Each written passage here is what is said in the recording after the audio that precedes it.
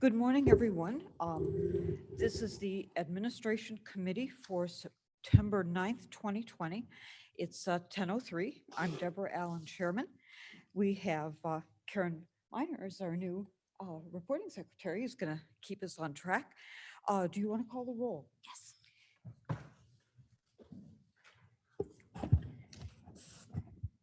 Davis? Fries? Here. Caius? Present. Hopi? Leonard? Here. Martin? Here. Allen? Present. Okay. I believe Mr. Davis is on. Mr. Davis is on. Yeah. Mark. yeah. Yes, Davis here. Thank you. Welcome, Mark. Glad to see you. For the record, we have Jarrett Sanchez and Myrna Molina also. They're on. I'm sorry. Myrna Molina and Jarrett Sanchez. They're on. They're on. Great. Welcome, Myrna. Welcome, Jarrett. Okay, let's see. Finance reports are in the package. We need to approve the minutes. Did everyone notice that there was a minor change in the minutes? I just moved a couple of paragraphs that were in the wrong location to the proper location. That was my only change. Anyone else have any comments on the minutes? Can I have a motion to approve? Mr. Caius, Mr. Frost seconds. Any other discussion? All in favor? Roll call. Davis? Davis, yes. Fries? Yes. Caius? Caius, yes. Leonard? Yes. Martin? Yes. Allen? Yes, aye. Good. We have no public to comment. Is there anyone online who wants to comment?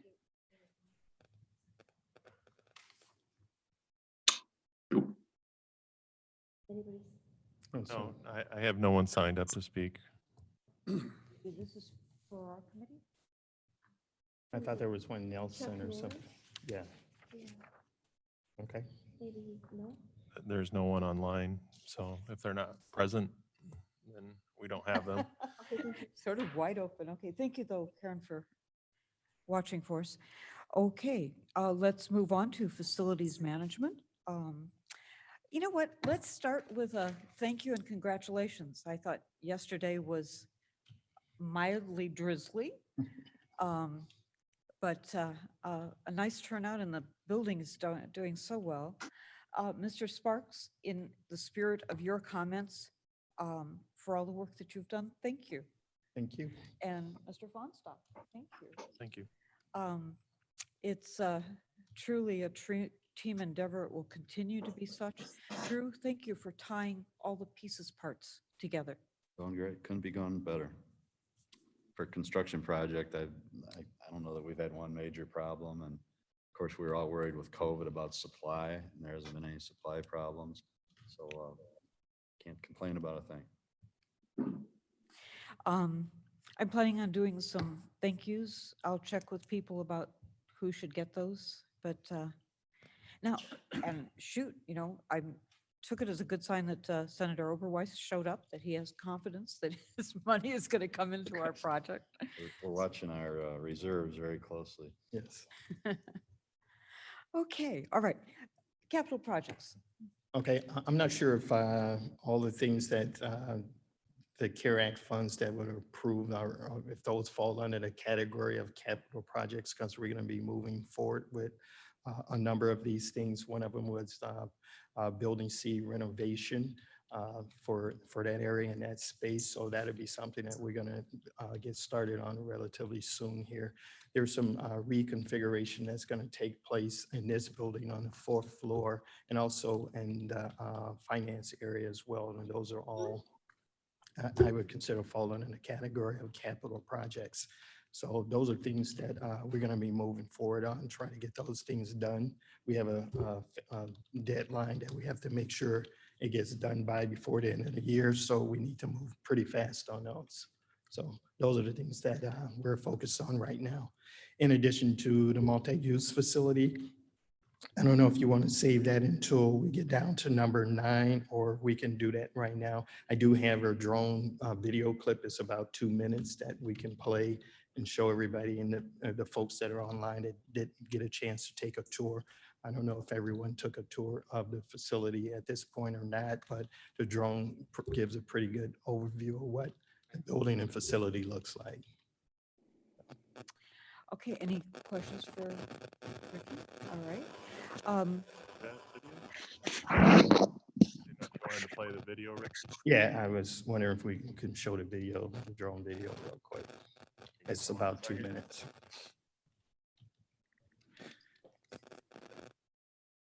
I'm going to point out, That's the Sally Port for the coroner. yes. Yeah.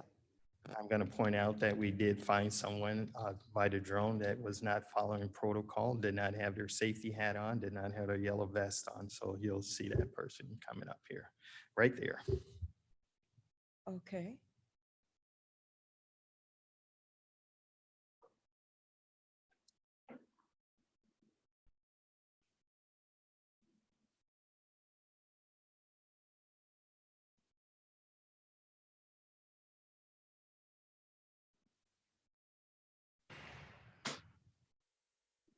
Who took the video? This was Wegman. Oh, Wegman.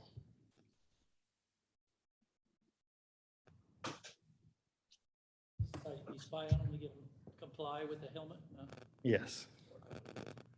There you go. When you're standing right next to that tractor, that's when you need a vest on. Or Yeah. Anybody else seeing lots of opportunity for solar panels?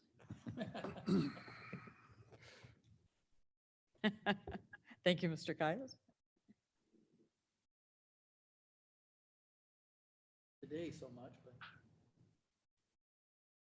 You know, in a way, we don't have to worry about landscaping. We have lovely landscaping. rustic. Uh, Put a few mums around the building, we're all set. It was built to support solar panels, so that's there.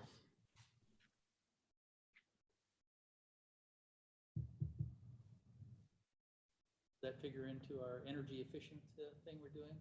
Yes, yes. At some point, we'll get funding for that. Great. I think that's it. Oh, And the roof is on? Is that what you said, or there, yesterday somebody had said we were expecting the roof later? That looks like it's, It's the metal decking is on, but the roof is going on, right? The roofing materials are going on the metal decking right, Oh, okay. right now. yeah. Mark, are you enjoying this? Yes, a lovely view Cool. and drier than yesterday.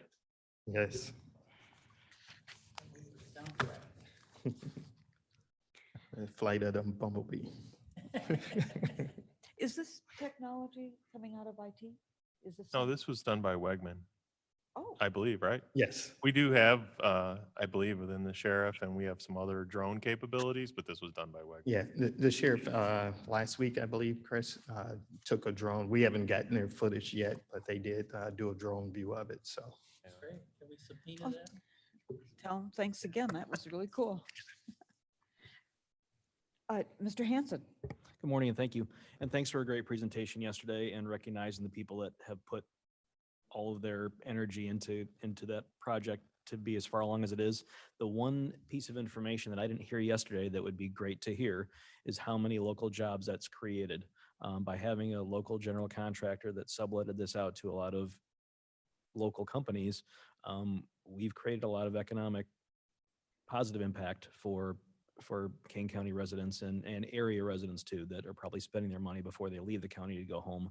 So I don't know if that's easy to track, or easy to find out, but that's something I'd love to hear before this building's complete, like how many Kane County jobs were created, or how many companies benefited from by keeping the project within a local general contractor.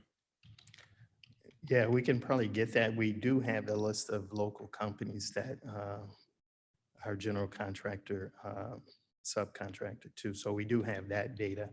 As to the number of jobs that is created, I'm not sure about that. We can see if we can get that It'd information. be a positive factoid to share with people as the building comes to completion. Okay. Okay. All right, are we ready to move on to resolutions? The first one is authorizing a contract for Kane County NCR Form Services. I believe Mr. Leonard moves. Yes. Thank you. May I have a second? Mr. Frost seconds. I believe this is the 60,000, and I wanted to clarify, is it 60,000 a year and 60,000 for the second year as well? Or an up to 60,000 each year? It's up to $60,000 each year. Okay. It's a 2-year bid and a total amount of $60,000 For both years? for both years. So it's up to 30,000 a year. Correct. Oh, okay. All right. There are board members who will ask when we get to exec or full board. do you want to clarify that, or do you think it is clear? I was confused, but Well, in the last, therefore, it kind of spells it out and says, for a total of 2-year bid amount of $60,000. okay. Okay, If the question comes up, I'll be more than happy to address it. 60,000 total, yeah. Yes. Okay, all right. Any other questions on NCR? What does NCR stand for? That's a good question. I actually looked at my packet and couldn't find it. I know it's an acronym. I did know what it was at one point. I was trying to see if it's in here. Yeah. They used to be National Cash Register. No, it's Oh, not that. that's it. I was assuming the grandma's initials, but Teresa Go knows. ahead. Teresa's got it. You got it, Teresa? Where's Teresa? Oh, non-carbon. Non-carbon forms. They're Yes. the, Carbon paper between copies. in the old days. Or- All they do is carbon paper between hands all got moved. yeah. Okay, any other discussion on NCR forms? Yes, Mr. You Leonard. know, I think, Madam Chairman, one other thing we should mention is there are 3 additional 1-year renewal periods. Are those for the same amount? Those will probably be renegotiated at that time. Usually there's a small percentage increase, or they may hold their prices. Comfortable? Okay, care to call the roll? Davis, Davis, yes. Fraz, Yes. Caius, Caius, yes. Leonard, Yes. Martin, Yes. Ellen. Okay, our next one is a contract extension for King County snow plowing services, up to 160,000 a year, depending on how much snow. Do you want to lead us through this, Mr. Sparks? Yes. So this again is an extension with Matt Construction for snow plowing services that we currently have. So it's up to $60,000 a year, but it also all depends on how much snow we get. It could be 0 if we get any snow at all. So You're always trying to balance how much we can do ourselves against what we need other people to do. And if they plow the judicial center at 4 in the morning and it needs to be done again at 8, you have to worry about whether they're available to come back and do it. And we hope for the best. yes, it's a balancing act. You want to make sure that the snow is shoveled and plowed before the employees show up. But Mother Nature sometimes continue to snow throughout the day, and you have to repeat these things. So, yeah, Did I do a motion on this yet? no. Okay, may I have a motion on snow plowing? Mr. Frost, Mr. Caius seconds. Any more discussion on snow plowing the campuses? Okay, I think we're ready to call the roll when you are, Karen. Okay. Davis, Davis, yes. Fraz, Yes. Caius, Caius, yes. Leonard, Yes. Martin, Yes. Ellen. Aye. Okay, we had a request for using the courthouse for selfies for the jack-o'-lantern walk. Would someone like to move this? We'll discuss it briefly. Mr. Frost is moving it. Mr. Caius is seconding it. Ricky, do you want to talk about it at all? Oh, this is something that the chief judge has approved. It's pretty much a place where they're gonna put some bales of hay on the old Third Street Courthouse and take selfies, so, Sure. Yeah, they're not even planning on porta potties. I mean, they no. hope that people will come and do a selfie and maybe make a donation and then move on. Yes. Any discussion on the jack-o'-lantern walk? Well, let's do a roll call on it. We have,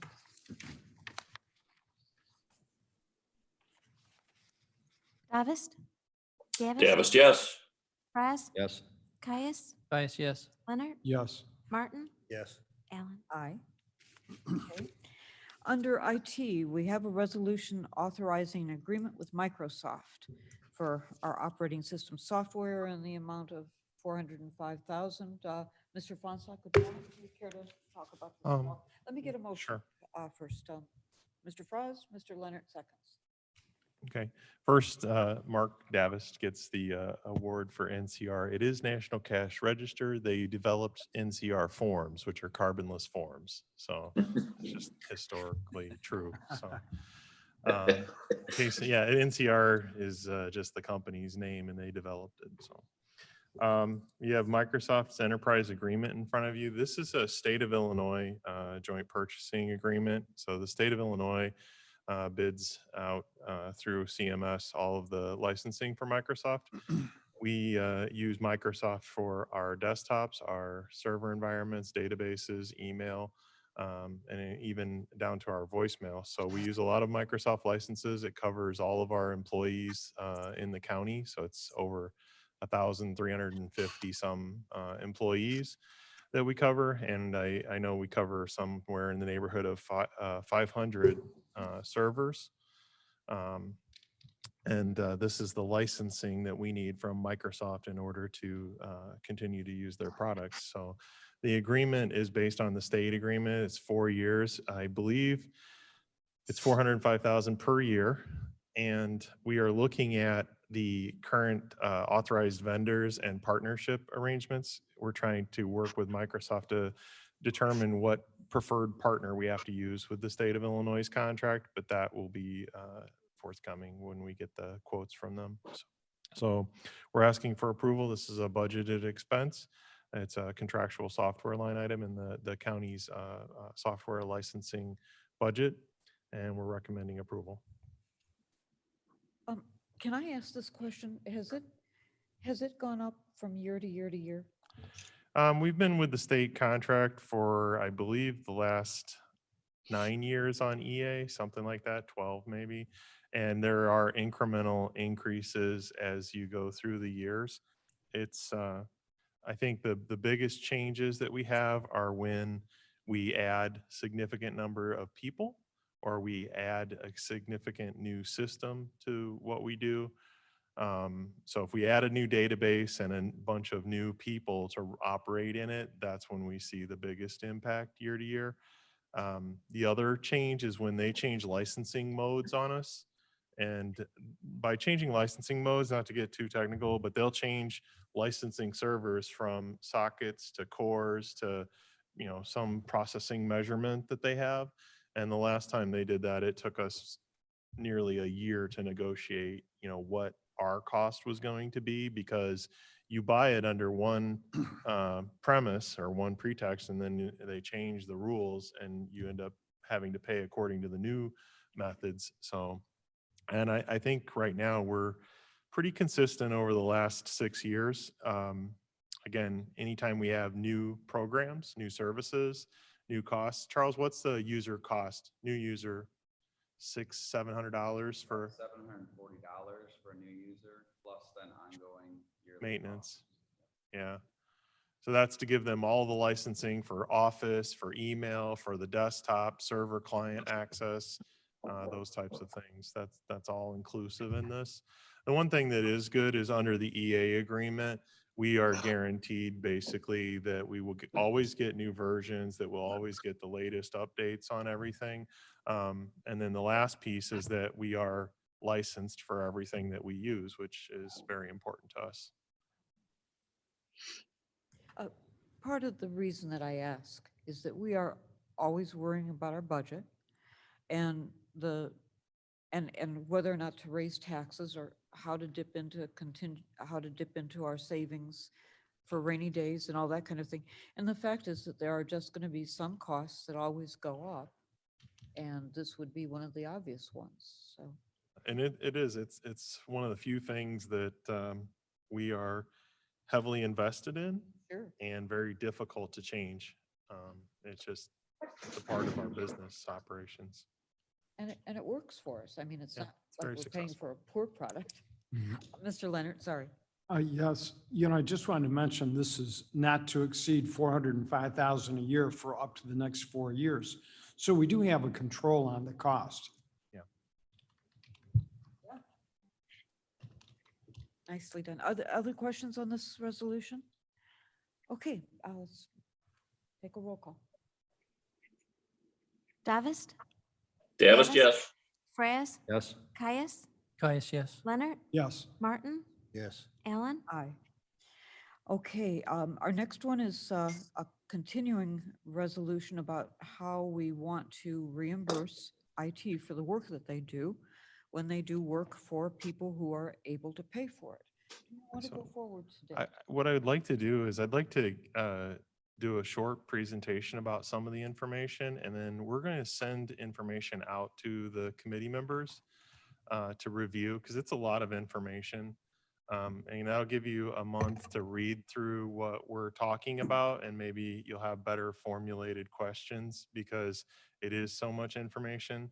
I'm going to discuss just a little bit of the formulation of how we came up with what we're proposing. And then I'm going to show you a table that shows 3 different calculations or methods of calculating. So you'll get an idea of how we're perceiving it. So if you don't mind, I think the resolution itself, we would recommend tabling it until next month. Let you look through this information after we tell you a little bit about it. And then next month we could have a brief presentation, and you could basically what we're proposing is kind of an A, B, or C choice, because we do need to set some fee for what we do with all of our partners. They are expecting our chargebacks, and they expect to have some statement and methodology for how we calculated it. And this is what we're trying to get approved, is that method of calculating it. And this goes to agencies that receive money from the state, from grants, from federal funding. And when we do work for, say, the Workforce Investment Board, and we send them a bill, we have to substantiate what it is that they're buying, and they get audited based on that. So this is what becomes the standard for those bills and chargebacks. And then there's the offices that we do all of the various support and services for, making sure that if they're a special fund outside of the general fund, that they're paying for their actual costs. So those are the things that we're trying to achieve. So I don't know if you want to do the motion and second to table it, and then we could discuss the different things in the presentation. I only need about 10 minutes probably to discuss the presentation, but we would table the resolution till next month. Okay, Mr. Leonard moves to table, Mr. Caius seconds. Good, Discuss this. Vote. let's do the discussion. Should we vote on that? You can't discuss, No table, discussion. table can't discuss. Oh, You can discuss after, you just can't discuss it before you vote. okay, all right, let's vote on the table. Davis, Davis, yes. Frez, Yes. Yes. Caius, Caius, yes. Leonard, Yes. Martin, Yes. Allen. Aye. Okay, now discussion, So- thank you. So just real quickly, from what we do with departments and revenue, we have a general fund budget that pays for the expenses of the IT department. And that fund, we seek chargebacks and reimbursement from different offices and departments. So this is kind of a pie chart of where that revenue comes from, and you'll see the different percentages. And obviously a lot of our revenue right now from other departments, it comes in from the circuit clerk and the Department of Transportation. And then you'll see lesser amounts coming in from public health, county clerk, judicial technology funds, those types of places. This is where our revenue comes from outside agencies and departments with special funds. So when we were looking at, our revenues, this is, if you look at the bottom part of it, 2019 revenues, and then expenses, you'll see our expenses in 2019 and 2020 are far exceed our revenues. And that's because most of our gap is general fund. If you look in the lower right-hand corner, that $3,091,000 is the gap between revenue and expenses. So a good portion of that gap is general fund expenses. It's just county operations, general fund. There is a portion of that that is special funds that are not captured by our current chargebacks. So the general fund is paying for those special fund operations. And what we're looking at is how do we calculate and consider the chargeback process, making sure that it's equitable for both the general fund and special funds. We'll skip forward. So these are the three models that we looked at. We looked at a financial unit model, which is based on, the size of their budget and the amount of their gross expenditures and budget. That one was, reviewed, and some offices spend a great deal of money and require, less computing, resources. Some spend, very little money, but require a lot of computing resources. It's kind of unbalanced. So that wasn't the one that we were looking at, and the study kind of explains why that's not a very good choice. We looked at number 2, which is personnel count, which is how many people are we supporting in an organization. And that includes, all their devices, desktops, phones, the back-end systems, databases, and all the management systems used to keep track of the people in their computing environment. That's the one that we feel represents the size of the work that we have to do for each office or department. We're actually focusing on the personnel count model in the studies. Service tickets is how many times do you call us for, support. That's kind of like the frequent flyer ticket model. You pay kind of per use. The problem is that most of the time we get tickets for implementation of new product or new services, which are project budgets usually. The tickets, hopefully if we're doing everything we should be doing, tickets are very low, especially the organizations that run efficiently and have really smart employees. We don't really have a good consistent record. What's that? I say, but most you'll get calls too, and it may not go into the ticket Yeah, system, well, we so- ticket everything. Our employees are told to ticket it, even if you take it in the hallway. You're Okay. supposed to go back and put a ticket in. But tickets are kind of relative to the customer's ability to solve their own problems too. Has nothing to do with whether or not they use our systems or not. A lot of the systems at KDOT, they're wonderful. They never call us, but that's because we have a lot of systems that we run for them, and they are very good at exercising those systems. They've been using them for a long period of time. But that doesn't mean that the work on the back end, the servers, the systems that run the network and telephones, those are all being maintained so that they do operate very well. And it cuts our costs down for supporting the end users. We're looking at the number of tech support people to end users. We're somewhere in the neighborhood of 150 to 1. So, I mean, if 150 people were having problems, one person couldn't possibly deal with it. But we're running somewhere around 150 to 1 for support. If you look at this formula, this is really what we're proposing. There's a current year budget expense.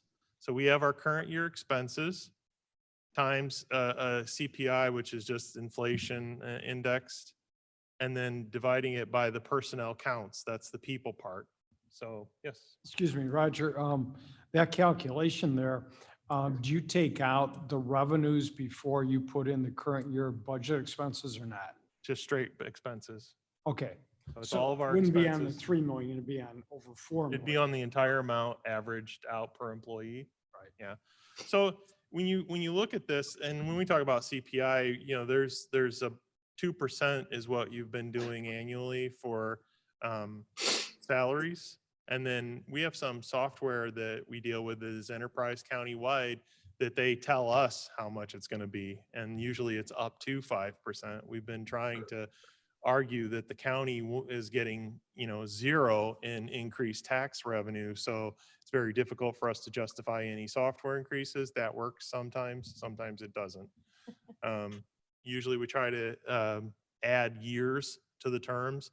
Like Microsoft, if we get, hey, we want to sign up for 4 or 5 years, we'll give you a better rate if you sign up for more years.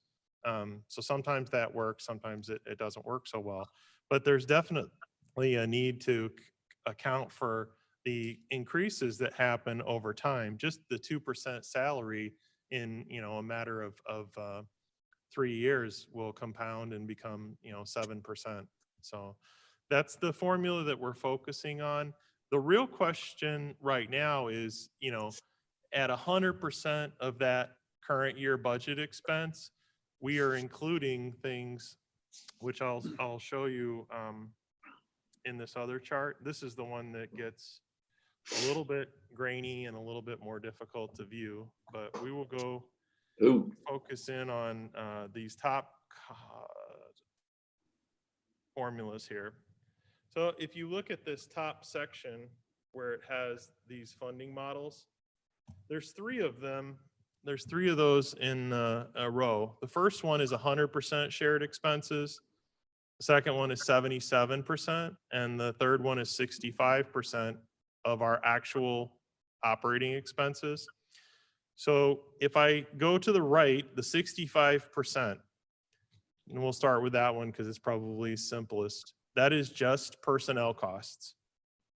So if I say the county is seeking personnel costs for shared expenses, it comes out to $2,793 per employee, and you multiply that out, and the column below shows you the show back amount, which is what we show general fund departments. That's how much they cost us. And then if you wheel your way down to the bottom, you'll see chargeback amounts kick in. And if you get all the way to the bottom of this, let me just change the size a little bit.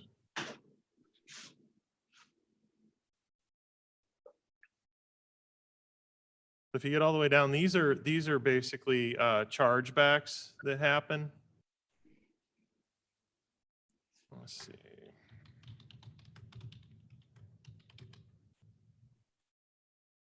Okay, so you'll see the chargeback side.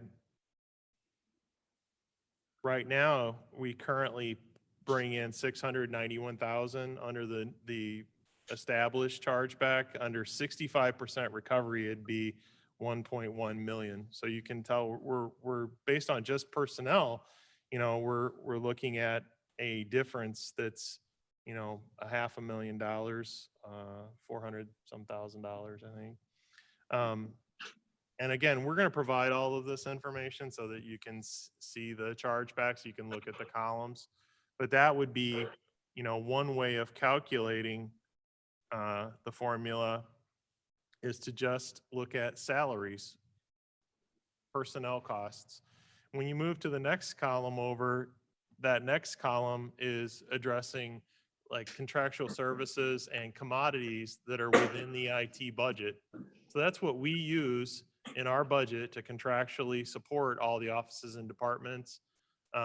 That's all inclusive. We have we go from 3.5 million to 4.1. So we have about another $600,000 in operating costs and commodities and contractual. Okay. That's within 60/60, the IT department's fund for the year. When you do that calculation, you'll see that the price, goes up another $500 roughly. Okay. And it's at 77%, and the chargebacks are based on the employee size count times that $3,308. If you move to the third column, the green column in the middle, you're going to see 5.43. So it's going up by another, 1.2 million. That column is personnel, IT contractual and commodities, and enterprise software that we buy for the entire county. So it's all of that enterprise software that the county shares with everyone. And we maintain the databases, we maintain the server infrastructure, the network, the telephone, everything that is shared out there. So those are the three basic propositions is, do you want to recover the costs of our employees, the costs of our employees plus operating within IT? And then lastly, the full operating costs of what we do is about 5.4 million per year. And I think that's very fair and representative of what we've done in the past. This formulation isn't new. I would tell you that most of the time we are looking at what's in the middle column, which is the IT operating costs. And I believe if you were to look at the chargebacks down through here, a lot of the chargebacks are similar or less than that, depending on which one it is. Some of these are aggregated. They have, or I guess, different special funds pay different parts for different departments. So like court clerk has about five line items in here that all add up to about the number that we used last year. So some of that might be obscure to some of you because you don't deal with special funds. So court clerk has automation funds.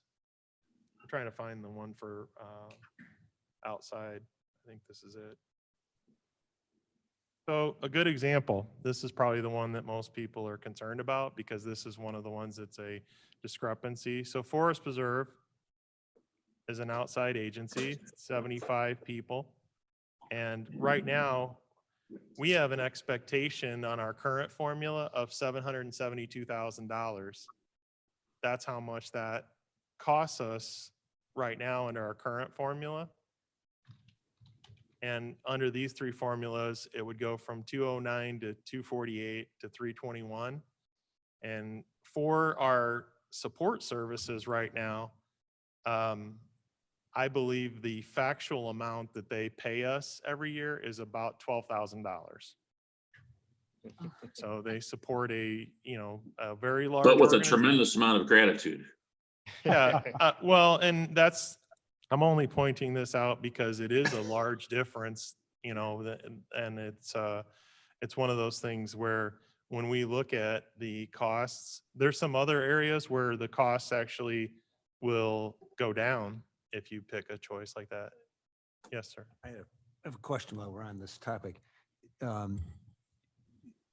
Do we know that is built into the computation something that attains parity for different departments? My point being, if some departments have a more sophisticated demand for services, is that in any way included in the? We have tried to accommodate that a couple different ways when we go through this. And because of the diversity of what we do, this is the most common denominator, is that they all have people, and we use what I would call field and front end systems and back end systems and databases for every employee. And every office is so different that it's kind of like a blended rate for their office. They'll have people in their office that heavily use the finance system and HR or whatever. Then they'll have people that heavily use public safety, tablets and cars. And it is different types of computing, but on the back end, we have the same level of support in order to maintain it. So they, okay, some offices have lots of phones, some have barely any. And that'll be a mix that you'd have to accommodate. Then you get into, oh, well, they have 20 locations. They have one, and every flavor that you come up with, it's an endless battle. It just never ends. And we got into that at one time where we're like, well, we could calculate, and we calculate a rate for the phones because that has tolls associated with it. So they all get a bill for their phone as kind of like a separate phone bill. And that's based on our aggregate cost savings from running our phone system centrally, and we run it with what are called their trunk phone systems. So we pay for one really large line and just share it with everybody essentially. So it's a lot cheaper than going out and getting, individual line service. So that's, it's interesting. As you break it down, the more you break it down, we have people that say, well, I don't use a laptop, so I only have a desktop computer. What's the difference in that? I only use a laptop. I never use a desktop computer.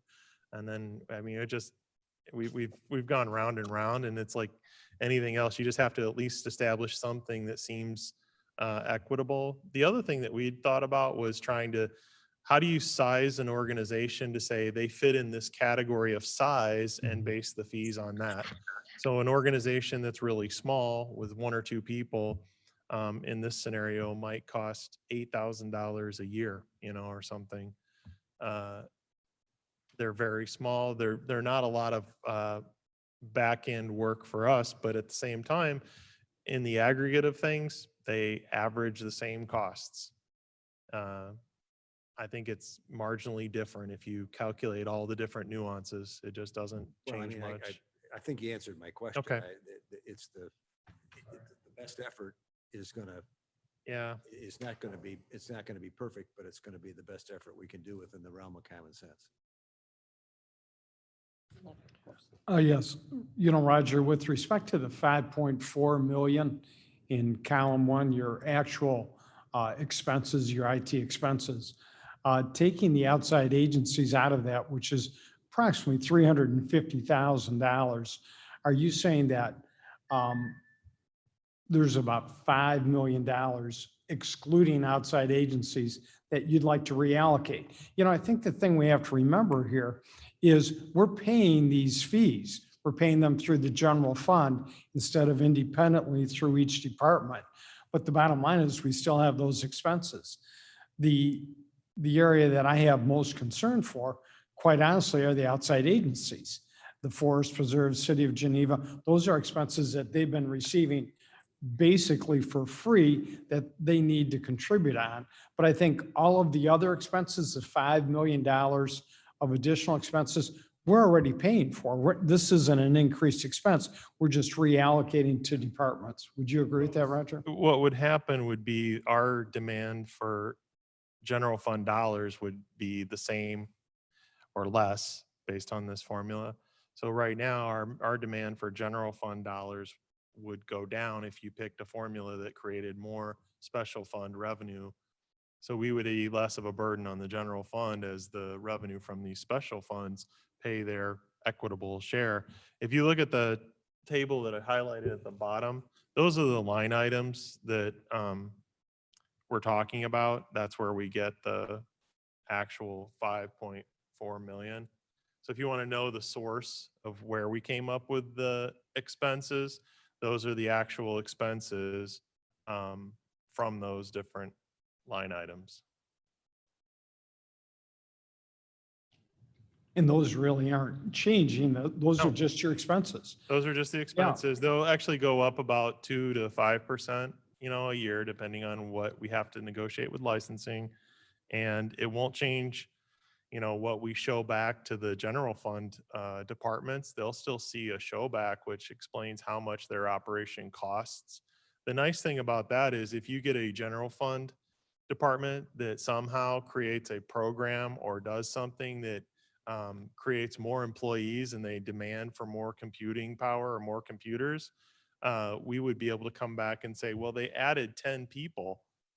The cost per person is, $4,000 or $5,000, per person per year. So their 10 people costs actually $40,000-$50,000 in back end IT. That's not including the capital equipment for hardware. So the decision, when we came across this a couple years back, there was a decision to bring in, college students to help work in a particular office. And in doing so, they brought in, I think it was 6 or 8 people. The next day, they're telling us they want computers, phones, wiring, everything licensed. And we're like, okay, well, 10 people that Charles just told you, it's $700 for a license for the person. Computer is about $700-800. Staff time to put it in, plus you have the actual support costs. You're probably looking at about a $10,000 change per person. And that was just Well, you're in just shouldered by the general fund to accommodate the fact that they did it. And so if you do 10 people, it's $100,000. So you can see how that, and then the other part that's frustrating is that with all these numbers at play, those 10 people go away 1 year. And we have the hardware, the licensing, and we have to go back and kind of start the regression and deduct it from what we're doing. And unfortunately, some things with our licensing counts, you can't just get a rebate or a refund for. You bought it for 3 years, you have it for 3 years. When you're done with the 3 years, fine, but they're not really too easygoing on giving you your money back in a refund. So we're not asking for a decision on it today. I think this is just the point where we want you to review this, and we'll send you copies of these tables so you can look at them. And we'll send you a full copy of the study. The fee study itself will look something like this. And it's done by Bradford Townsend with Financial and Strategic Management. There is a lot of language in there, and the first couple pages are the findings and his recommendation for using the people count. So we didn't do this, in a vacuum. We asked a consultant to come in and do the study so that they could substantiate the logic of why we chose what we chose. And he'll explain why certain formulas didn't work real well in the study if you want to read through it. But the bottom line was he recommended the headcount personnel, and then he recommended 100% capture. And we were telling him, well, we need options because financially the feasibility of just stomping on the gas pedal and expecting that to work probably is not feasible. So we had Barb Garza break that down into those 3 different types of cost recovery. Think about personnel, think about our contractual and commodities, and then everything, including enterprise licensing. So those are kind of the 3 categorical that we showed. Now, the other part is implementation of this. Is it, phased? Is it implemented? We're thinking next fiscal year. This fiscal year, the numbers are in, were submitted. So we would probably start formalizing this and presenting it to the offices and departments, getting out in front of them, showing them what we're proposing to do.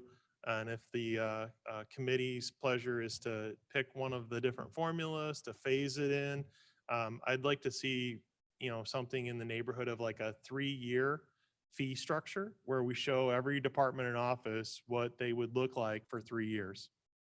So they can plan, they know what we're dealing with.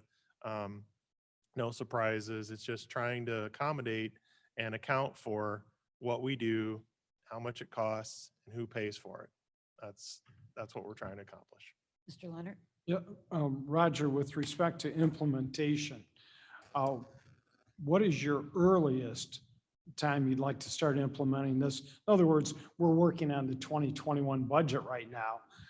Overall, it's not going to change the budget. However, if departments have to reallocate expenses, it would. So Yeah. when are you looking to implement this? I'm thinking we would actually start preparing for this in the spring. We would start telling everybody exactly what the costs are going to be, what their projected 3-year costs are going to be, tell them to prepare for, the May, June submittal for budget. I believe Forest Preserve's cycle is different than ours. Give them time to prepare and look at how they would budget. I think that the committee needs to decide, is it which model and is it phased? It's, I tell our staff, it's not our money. It's the board's decision to make. We're just showing you what it costs. We're showing you how we do it now. And we're trying to get it more formalized so that there's less misconception or less misunderstanding about the costs. And I think that has been a factor in our group of people that do our business work. Will come back and say, we need to shore up our numbers and work on this because one of the offices or departments says they don't agree with how we calculated this or that. I'm like, okay, let's do a fee study and we'll have them tell us as a professional what we should do. And then it's not us, it's unbiased. It's somebody looked at what we're doing and gave us ways of doing the chargebacks. And then when we present it to workforce investment or other agencies, it's a fee study. It demonstrates, exactly what they think is a equitable formula for collecting the revenue. And then, of course, the board gets to ultimately decide how you want to implement it. So. Mr. Martin? I'm not asking with this, with a state of mind. I just want to ask the question to know that we've answered it. But as it relates to the forest preserve, is there any quid pro quo in place for the rate that they've gotten? I mean, it's been there for a long time. Is there anything coming back to the county in return for the IT rate that's been established, or is that just? I don't know of any. I know that at one time there was this arbitrarily set $50,000 number that people refer to, and you may hear about that, our kind of $50,000 number. The $50,000 at one time was something that was agreed or kind of handshake negotiated. I don't know if there's ever anything in writing, but it was done sometime in 2006, before that time period. And they had basically agreed that the Forest Preserve wanted to be on the finance system that we were putting in for New World. And we implemented New World and now Tyler New World with the Forest Preserve. And I believe that the $50,000 contributed to the license maintenance of New World Tyler systems. It contributed to capital equipment, and it also contributed to support. But it's a flat $50,000, and I think we get 12,000 of it for our support. And then how much do we get, Charles, for capital equipment from them? 20, 15? So capital equipment, right now, every 5 years, we go through, do an inventory purchase their equipment, and then they pay us back 20% a year for 5 years. So they pay their cost, kind of like On equipment. trees. But that capital would be outside of this formula Okay. entirely. Yeah, all I want to do Yeah. is just make sure I that don't- we're playing with the complete Yeah. factual deck. There's been questions they've asked us about do we receive revenue from fiber in the building? The only customer on the fiber in their building is them. They're the only customer on it. We haven't used that as a network distribution point. We use the branch court in St. Charles. So there is fiber in their building, but it's only really used for them right now. In the future, if we ever were to sell access to that, they obviously would be the owner and lease hold for the property. So we'd have to come up with a contract for them. I don't know of any other types of expenses that are shared, that they Okay, share. I just want to make Yeah. sure that we've got the. Monica and I talked about that Monica Myers from the Forest Preserve. I was telling her, I don't know of any that I can think of. My memory fails at the moment also, but it Yeah. seems to me that there are some maintenance, management, programming things that the Forest Preserve has done or continues to do on county properties. But going back to Monica and Ken to Yeah. I would clarify that would be. Yeah, those would be things that we would prefer people reconcile formally as well. If they're going to say that it's a credit against the IT, whatever, we Right. just know, so we can tell Joe Onzik and finance that the reason they're not paying the revenue is because there's some offset for some other service that's provided. As long as Joe and finance and the board are happy, we're okay. We're trying to get it to where when we explain it to Joe Onzik and finance, that they understand where these numbers came from and how they're calculated. This is the most mature process that we've done for this. In the past, it's been add up our expenses under the 60/60 fund, divide by the number of employees, and that's what the rate is. And then we try to work with the offices and departments to collect it. So, I'm sure that on the Forest Preserve side and probably at finance and admin, we will have to take up this, this issue. And if in fact there are things that we're doing on a, quid pro quo kind of basis, we'll need to look at quantifying those and, addressing this. Mr. Leonard? Yeah, Mark, I just wanted to mention to you, you being the finance chair for the Forest Preserve, I think realistically, what we've got to do addressing the Forest Reserve concern is look at somewhere between $250,000 and $300,000 a year more in additional expense for this, for the Forest Reserve. If we do that, we're going to be fine. And that's why I like the idea that Roger talks about implementing this.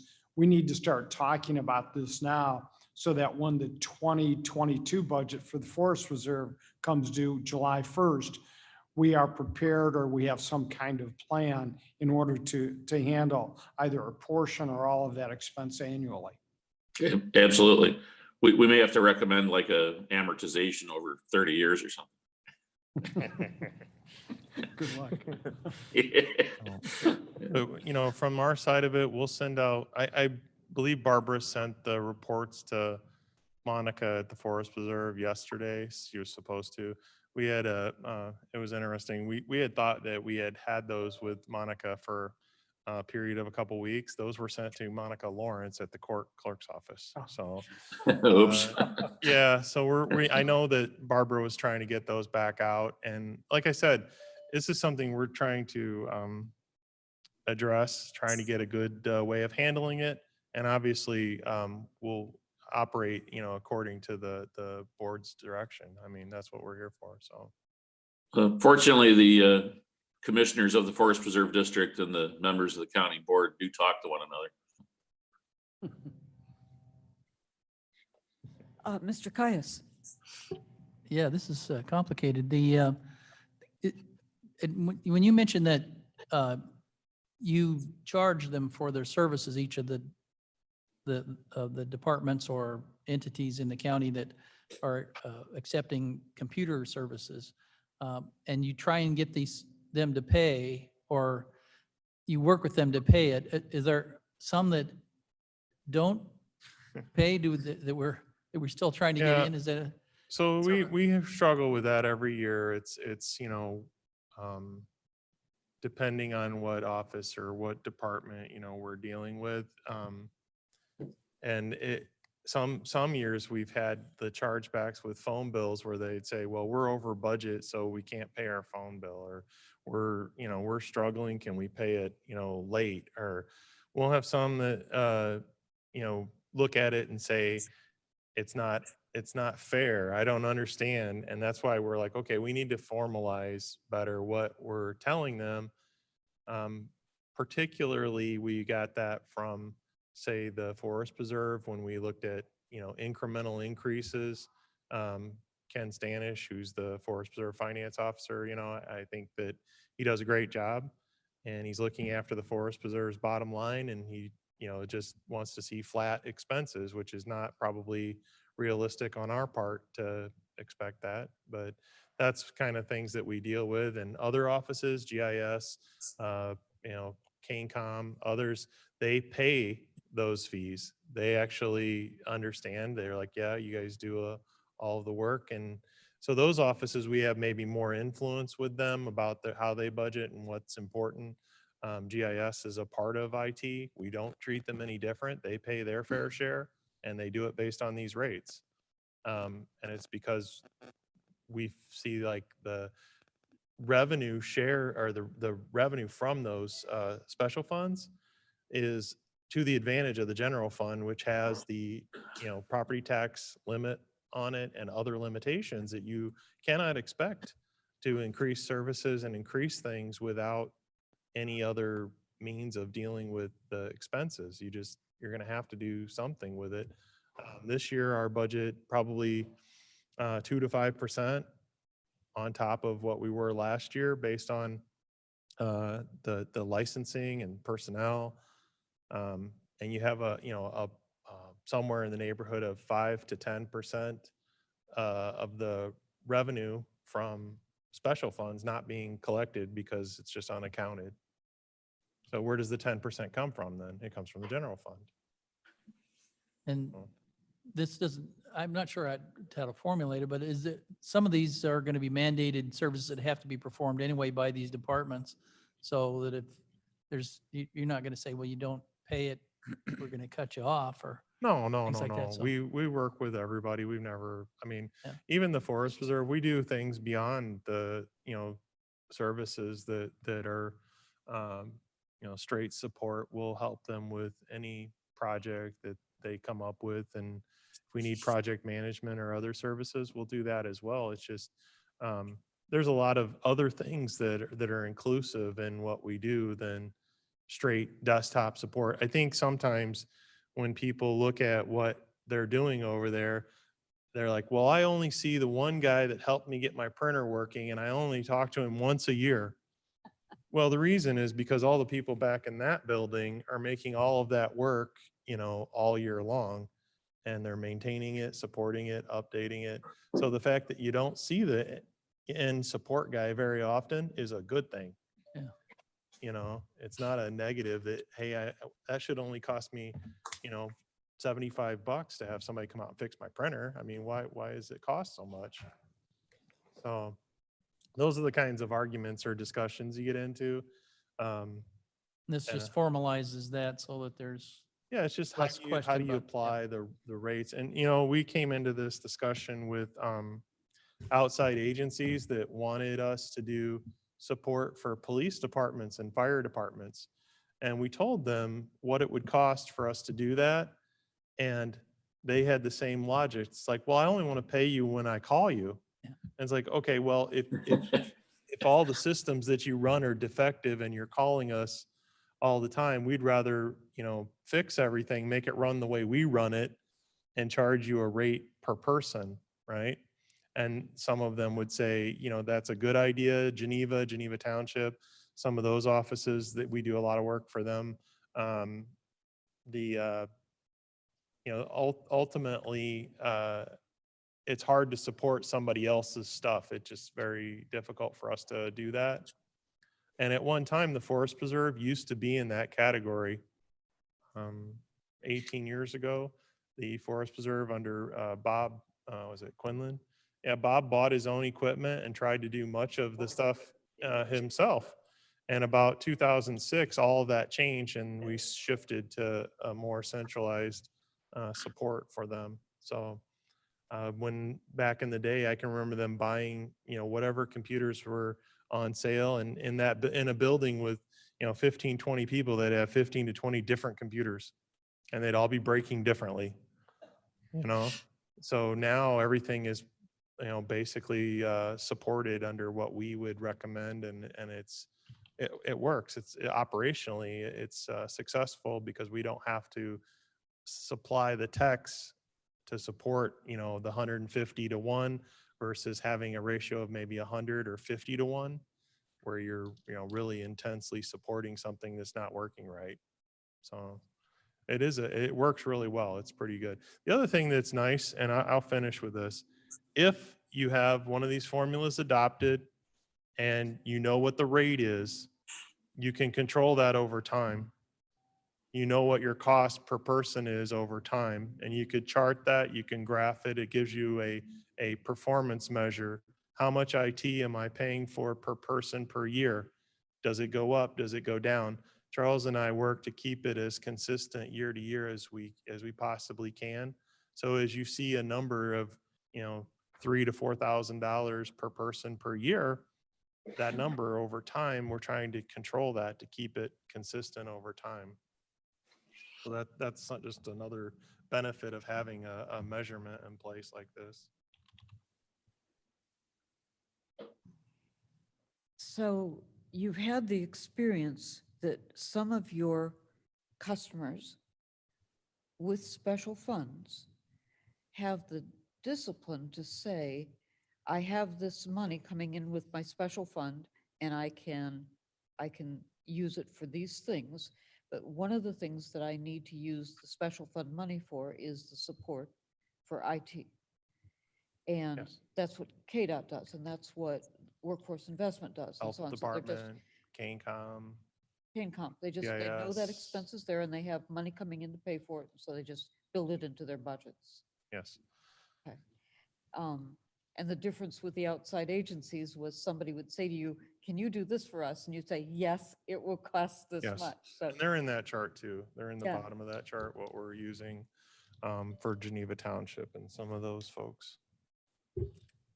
And then there are some of us that view it like, I only want to pay my insurance premium when I have a claim. It's a great analogy. No, just kidding. So do you guys provide any support to the recorder's office So- over there? Because The recorder's office is a relatively self-contained unit. The only thing we do for them is phones, and they receive a chargeback related to that. They run a separate database for LRS, and they have contracted support services for their office IT. okay. And we don't, we will help Sandy Wegman with anything she asks for. We've done some, odds and ends, but I will tell you that for an office that maintains their own database and their own system, we don't hear from them. Okay. So not very often. They're one of the few. I think ROE is another example, Regional Office of Education. They have their own IT folks and they support most of their own. We do their phones again, and we do, I think, some internet services that they get billed for in their phones. I believe Sandy Wegman's office even has their own internet. I don't even believe they use our internet connection. So Yeah, that's what I was thinking. I didn't know Yeah. if they did that. our ROE has special needs. They know they have to support teacher programs like crazy. So instead of asking our IT to develop those programs, they just do that as part of their, they're a very different line of work than what we Exactly. do normally. So okay, other questions for Roger as we get ready to study this documentation? yeah, we'll give you all of this information. Next time we'll come back with it'll be very concise about, options A, B, and C. It will be specific to those three sets of numbers in those columns. And then we'll also be wanting to talk about a implementation schedule. And is it, A, B, C phased in? We'd really like to see a 3-year cost projection. So every office would see, 3 years of what we're going to do. And that way they're pretty well in tune to what would happen and it's not a surprise. That sounds really fair, and then we can be ready for that for an October vote. Okay, We'll plan to be ready for an October vote then on that. that's all. Roger, thanks for all this background. This really helps. Welcome. The philosophy of the thing made sense, but this It, helps. the biggest challenge is just a lot of numbers and a lot of people have been treated, kind of in different ways. There's some special funds that now pay for people that we never realized, once Barbara started going through and looking at it, she's like, well, this special fund now has employees and they're using our stuff. So we need to account for them as well. And we've received a couple phone calls in the process of sharing this with people. And they're like, well, are you expecting us to pay for people out of our special fund now? And the question, okay, well, in the past, you were paying for those people out of your general fund and you have special funds. So we would like to remove it from your general fund burden and put it in your special fund. Your bill's not going to go up really. It's shifting it to the appropriate expense. And I think that helps offset some of the special fund tension. People are like, oh, okay, I see you're moving it to the right account. It follows the basically. employee. Yeah. So if you're paying for people and you use your special fund to employ a bunch of people, it has other costs. And I think that's the problem that we're seeing. And I'm sure that everybody has fallen into the pit that you get a real inexpensive intern to do something for you for the summer. And then it turns out to have $1,000 worth of IT connected to it. So it's good to know that stuff up in front, right? Okay, good. Thank you. Other discussion, are we done? Okay, let's move back to our agenda. Roger, thank you. Thank you. Um, Any questions? You have no conception of time. Mill Creek SSA, they would like to extend their snow plowing services about 42.9 a year. Can I have a motion? Mr. Froz, second, Mr. Caius. Good. Ricky, do you want to talk Yeah, about it this at is all? just an extension for Mill Creek countywide snow plowing services for the next year, so, Fine. And the joy here is they pay for it themselves. yes. Okay. Karen, do you want to call the roll? Davis, Davis, Davis. yes. Yes. Perez, Yes. Caius, Caius, yes. Copey, Leonard, Yes. Martin, Yes. Allen, Aye. Okay, I don't think we have any vehicles today. No vehicles. And construction was all managed wonderfully yesterday. Yes. A great celebration. I had a couple of people send texts to say that they had a good time and they liked it. Let's move on to the Fabian property discussion. This was tabled last month. Yeah, can we? Oh, I'm can- sorry, one- I'm One sorry. thing before we go on to that, there is something that I probably want to bring forward. I know Teresa and I and Chris have been talking about it. We do have Corrigan and Clark's contract coming up to an end. I think it's end of November, end of November. So we have to make a decision. Do we want to move forward and bid it out, that services, or do we want to extend their contract to the end of the completion of the multi-use facility? We have a number of projects because of the CARE Act funds being approved that we don't have time to bid all these things out right away. We need to move forward on them to get them done before the end of the year. So we need some direction and guidance, I guess, from this committee as to how you guys want to move forward with that. Okay, a discussion, Mr. Frost? I guess the question then to Ricky, so if we were to not extend it, would we have to then do contracts for all the remaining work with them? Or Yes. We would have to bid all those services out because they're under contract now. We can move forward with those guys without that process. I guess my thought is, I had some misgivings about Corrigan Clark early on in the new building process. Now that we're into it, it's been fine, but I do believe that we need to review and get bids and update our architectural services. But I don't think it would be a good thing to do it at this time. Plus, we could put it in the hands of the new board that will be seated next spring. So I would recommend extending it, but at the same time, we have to be careful about continual ongoing contracts with Yes. them. So that would give Ricky time to maybe put a little bit of a gap in there come spring where we can wrap up some projects and extend some and start some new ones. Yes. But that would be my thought. Is it logistically a problem if, let's say that, that they were doing work on the vault project and the vault project wasn't done for several months?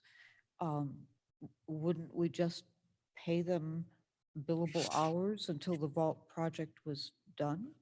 I mean, We're usually invoiced in stages. So as they complete certain sections, then we're invoiced for that. But the vault project is done, so.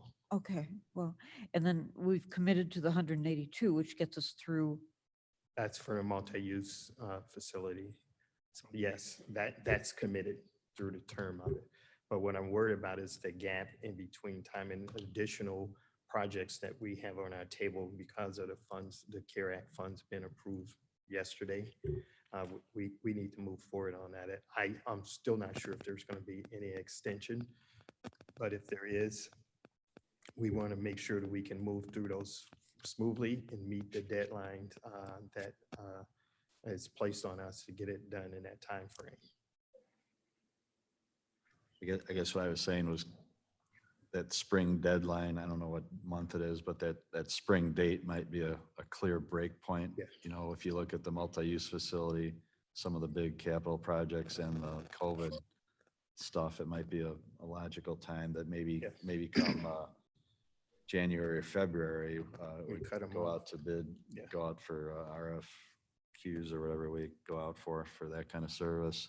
And then make the decision to award a contract by the time those are all wrapped up. Okay. Mr. Leonard? Yes, I agree with Mr. Frost. I'm wondering, can we extend that contract with Corrigan and Clark for like a 6-month period instead of an annual, a 1-year period? Yeah. Teresa, yes. Yes, what we could do is have a list of the projects, whatever they're working on, with an end date of, say, June 1st.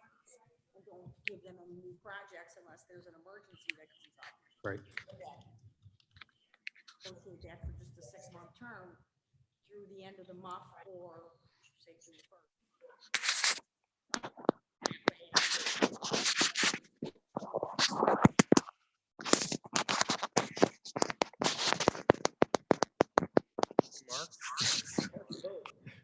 He's muted. So, I'm sorry, I was trying very hard to hear some of that last answer because Have your mic on.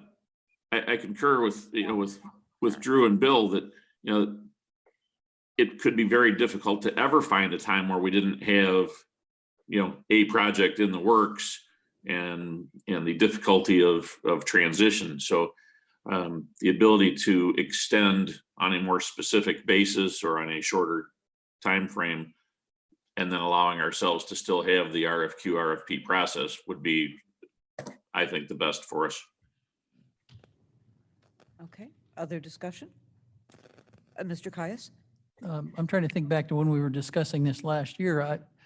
My impression was that we could have more than one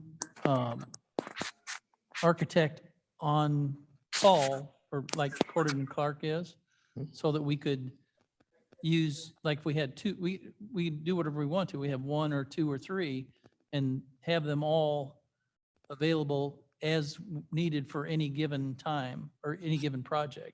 Is that correct? I would think that would be an option. I would like Teresa speak to Yes, that. that is an option, Is that more than one. is that better for us so we have more selection when we go forward, or? In my opinion, it's always better to have options, so. Yeah, my thought is too, that if we have more than one on contracted for the next year or 2 years, and so we could, at the time, without having to go out to the RFPs, say, okay, you guys do the vault one, you're on MUF, you do that till it's done. I don't know what the open- logistics are, but that seems like with options, it seems better to me. Right, I'm open to options. Actually, we did that with our electrical contractors. We decided that we needed 2 for backup purposes. We had, earlier this year, we had our single contractor refuse to do work. So we had to delay a bunch of things. So now we have 2 that's on staff, and we've also split out our cleaning services as well. So we're okay with that option. And that would be similar to that, having more than one option at any given time. So we don't have to go through the whole process of Yes, trying to get 2 together. yes. That's Mr. something to Martin? consider. This is a vague recollection, so it's as good as the quality of the recollection. But Ricky or Teresa would know or can find out, but I have a recollection that there's an Architectural Services Act, and that if you're a public body and you have an architect that you consider to be your regular architect, you don't need to go out for bids. But if you don't have an architect under a contract, then you have to go out to bids. It was devised to protect architects so that they, and again, I could be way off base. It's just that I remember some nuance that relates only to architects. And it was a statute written by architects for architects. And the idea of the statute was to create an obligation to put things out for bids, except in narrow circumstances. Now, having said that, I may have caused nothing but confusion, but when you say you want options, I'm just not, I would like to know that we are legally entitled to options of having 2 or 3 architects. Right. The only one I'm familiar with is the Professional Services Selection Act for architects, engineers, and land surveyors, which is the federal QBS process. And that was how Cordigan was originally selected, under QBS. So that's why they've been under contract with the county since, I believe, 2015. I understand. I just didn't know if we could have 2 or 3, or if you had to have a contract with one architect. And I'm just asking the question. I just want to be secure, if we go ahead in this conversation, that we're correct in our assumptions. Probably have to do research. Well, I'm not aware that it's just only applies to architects, because we've always, well, I came from the city of Naperville. We had phase 1, 2, and 3 engineers, and we had multiple firms. We usually had 4 to 5 firms under contract for a 3-year term. And when work came up, each one gave a scope of work, and one was selected out of that group of contracted firms to Yeah, do just the as I work for say, the this, project. not only is my recollection stale, but the event that I'm contemplating was probably 10, 15 years ago. So it may have been that the whole world has changed since that was the case. I'm just Yeah. asking the question. Okay. So we're I'm not aware of that secure. one. We can certainly look into that and Yeah. see as well, but we have been looking at recent drafts from other governmental entities, and they do have options in there that they can select multiple engineering, architect and engineering firms. Okay. Roger, can I? Go ahead. I know that Trying to there keep up. there are circumstances under which you have like a couple of companies that do design work or something. Sure. And is there any problem with balancing that? Does anyone No. think they're being treated differently, or? You might get that from a vendor that doesn't understand, the complexity of what you're trying to do or why. So we communicate with them, and we will sometimes ask both of them to draft proposals for us to show us how they would do something differently. Yeah. I can't say that they're excited if we don't pick them to do the work, but at the same time, that's an option for them to be included in what we're doing. And it's worked to our benefit, I think, to have multiple vendors that we can go to. You'll find times when you go to one of them and they tell you they don't have the people Yeah. to do the work. And then, you're okay, well, then I cannot do it No. because I don't have an option, or I have to go back out to bid. So those are just the challenges that you face when you're trying to do any type of work. I think it's applicable to what Ricky's doing as well. But Okay, more discussion? Are you comfortable with direction? If the direction is that we can, one, I guess, extend it for now, and then we're going to continue to work, putting together the bid specs to get it out there, but, and cut it off at a certain date so that any projects, unless it's an emergency, do not go to Corey and Clark until we get a new vendor on board. If that's the understanding. Okay, then we're comfortable. All right. So just to repeat that again, one more time, I had a little tough time. We're going to extend Corrigan and Clark for a certain time period For the multi-use facility, or all projects up to that for point? all projects up to a certain point.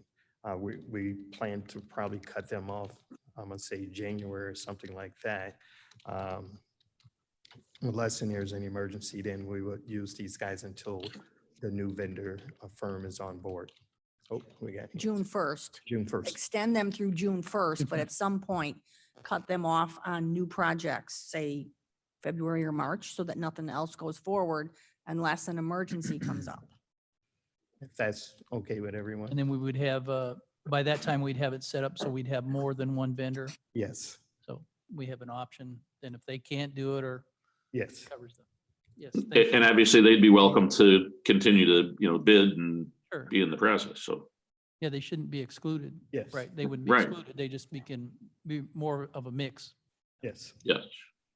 Okay, Okay, very good. all right. I think, I just, my computer just, there we go. All right. We tabled the resolution on how to handle the Fabian property. And so it's back because it was tabled. Oh, the resolution that you're seeing here was the original one. And I would like us to use Chris's, the red line copy that we used last time. Yeah. And I think we passed these out, so I don't have it. I would like to use these changes on that resolution. I just got the wrong one into the package. So considering that we are using Chris's, which didn't change the, I think excuse me, I think, didn't we pass it last time as an amendment to use that? Yeah. We had a vote last time too. yeah. The problem is that I didn't get the red line copy into this month's package. And when we're talking about the resolution, I would just prefer that we use the red line copy because Chris's changes were so good. But we're open to discussion. What do we want to do with the Fabian property at this stage of the game? Mr. Martin? Well, we're in the month of September. This resolution, if I recall it correctly, I don't have the red line with me today because it wasn't in the packet, but my recollection is that it still contemplates the concept of a special committee of the whole meeting for the board to make a review. And then we have some procedure in here for adoption of alternates and what have you. This is September.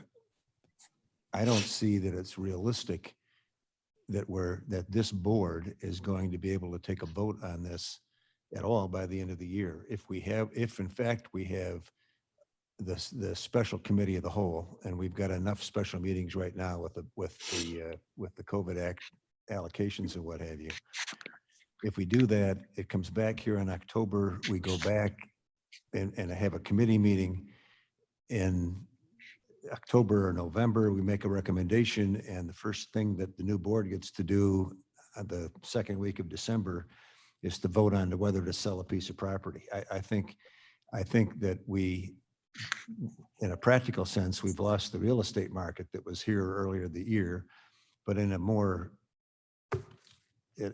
conservative sense, this ought to be considered fresh by the new board in 2021. And I would move that this matter be tabled till the January meeting of the administration committee, calendar year 2021. I'll second. Okay. Let's take a roll call on the table.